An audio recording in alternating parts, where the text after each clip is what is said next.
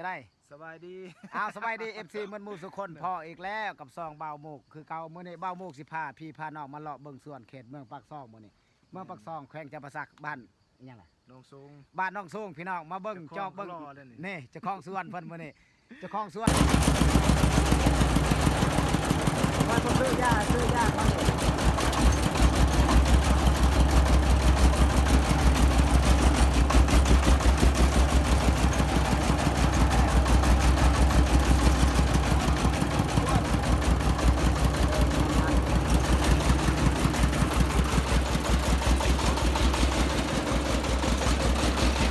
เท่าไร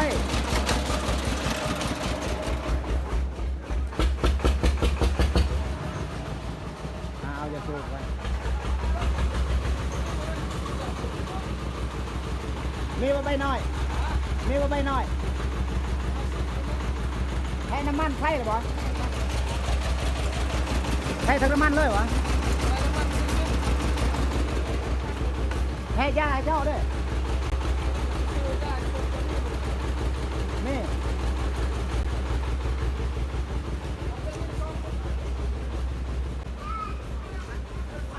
ไปรวมกันเปิดบ่ แมน เปิดช่องเปิด ใส่น้ำมันนี่ น้ำมันเอาเถอะ ยังเรื่องเงินเท่าไหร่ เหลือ34ใส่น้ำมัน30น้ำมัน30คือบ่พอหรอน้ำมัน30พอแล้วเนาะใส่30ยังเรื่องเงิน4,000ไปเลย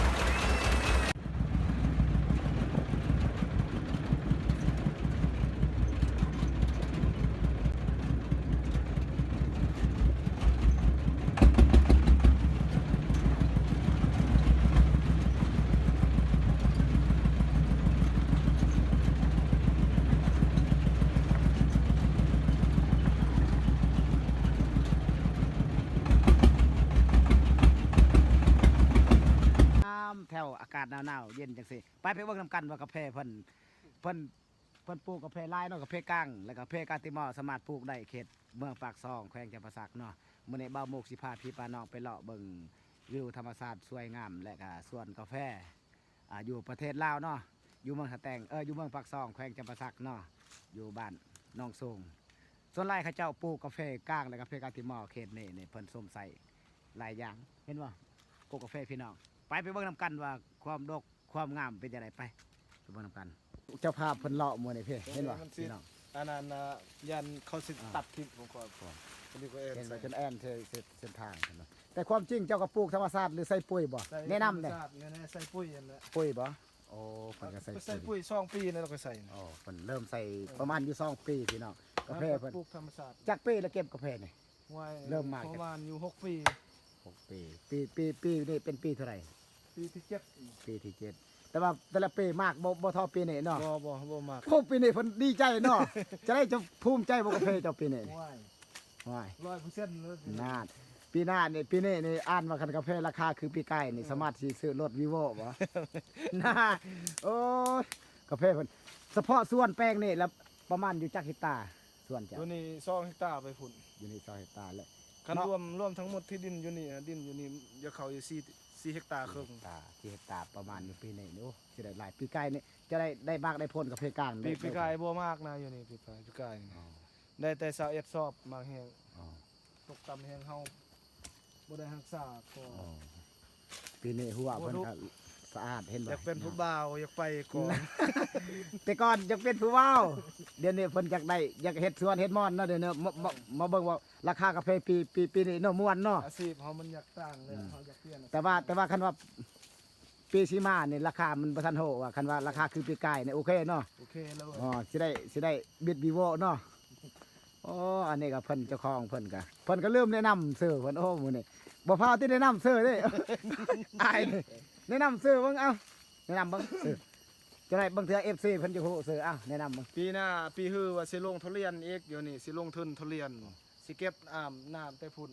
เราไม่เฮ็ดอ่างอยู่นี่ แผน เครื่องหนึงสิเฮ็ดทุเรียนส่วนทุเรียนแล้วก็ส่วนกาแฟนำสิตัดออกหมดแล้วอันนั้นห่มมันนี่เสียด เอาแนะนำซื้อเบิ่งซื้อให้ FC บ่าวหมู่ โอ้ยซื้อนี่ก็บ่งามปานใดนะ อ้ายบ่เกี่ยวเรื่องงามโอ้ย คนดุคนมันมันบ่เกี่ยวเรื่องซื้อโอ้ยซื้อเพิ่นก็ซื้อแรงเนาะบ่าวเล่งเพิ่นอยู่ในประมาณอยู่ส่วนจังได๋ก็เฮาย่างออกแต่นี่มีส่วนกาติมอยบ่อยู่นี่มีบ่ มีอยู่ จังได๋ก็เลาะแต่นี่เบิ่งนี่ชมเบิ่งบรรยากาศส่วนกาแฟกลางจังได๋ก็ไปเบิ่งกาติมอเพิ่นก็ปีนี้หมากดกแห้งเพิ่นว่า แล้วส่วนมันแน่แล้วก็มีเข่าอีกแน่ เพิ่นซักเขาไปนำเห็นว่า เฮ็ดหลายอย่างมันยัง อุดมสมบูรณ์ในเลยเขตนี่พี่น้องนี่คือเบิ่งหมากกาแฟส่วนแรกเขาเจ้าปลูกแบบปลูกแบบคือแบบธรรมชาติแต่ว่าเขาเจ้าก็ยังใส่ปุ๋ยแบบใส่ปุ๋ยเขาปลูกแบบปลูกบ่คือกาแฟบาวโมกส่วนไรเพิ่นสิตัดต่อเอาเข้ากับปะ เบิ่งแน่มันคือบ่ให้มันอันนั้นเลย พี่น้องความงามความดกพี่น้องเอ้ยนี่แหละครับว่าบ้านเขตบ้านอุดมสมบูรณ์กันว่าเพิ่นว่าเขตปากซองเนาะเพิ่นว่าดินกามน้ำซุ่มเพิ่นปลูกยังพอแต่ว่าเอามือลงดินเนาะเอาเม็ดมันเอาในลงดินก็สามารถ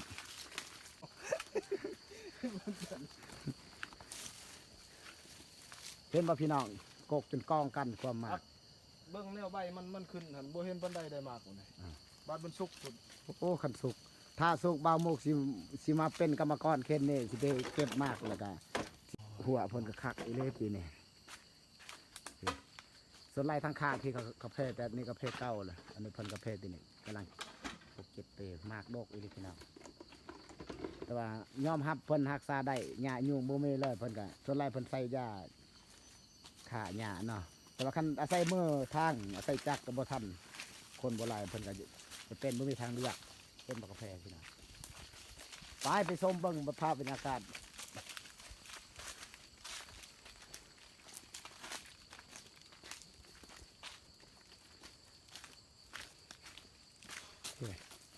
บ่จักโคนกาติมอนี่ก็ดกโอ้หัวอยู่นี่ก็เล่นไม่จับจะเขาได้โค้งเลยจ้ะ 30คน คักจะได้แกนได้ไหมเนี่ยไม่เปื่อยนี่ให้เจ้าได้พาเนี่ยคัก